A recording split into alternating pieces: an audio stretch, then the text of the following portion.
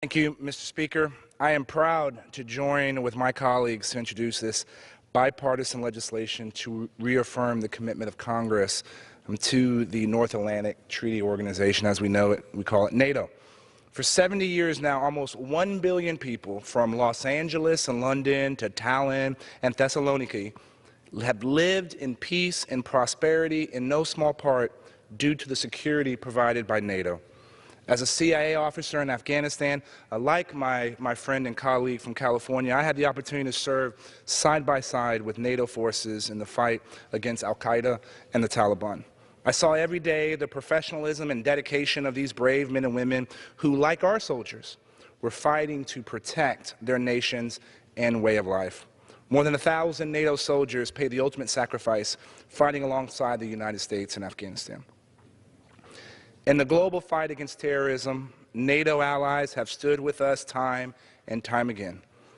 As my friend from the Commonwealth of Virginia noted, in NATO's entire history, 9/11 was the first time the alliance invoked Article 5, the commitment that an attack against one ally is an attack against all.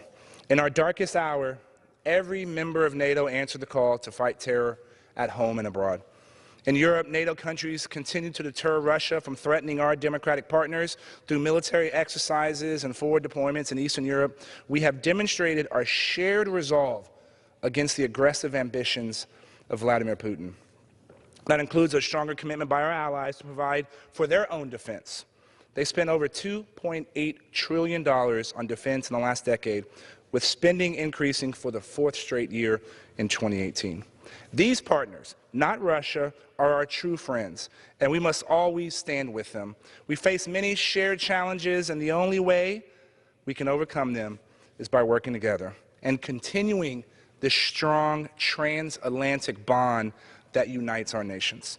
I urge my colleagues to join me in supporting this legislation, and it's an honor to work alongside my friend from the great state of California, Mr. Panetta, the chairman and ranking members of this important committee. And I would like to thank you, Mr. Speaker, and I yield back the balance of my time.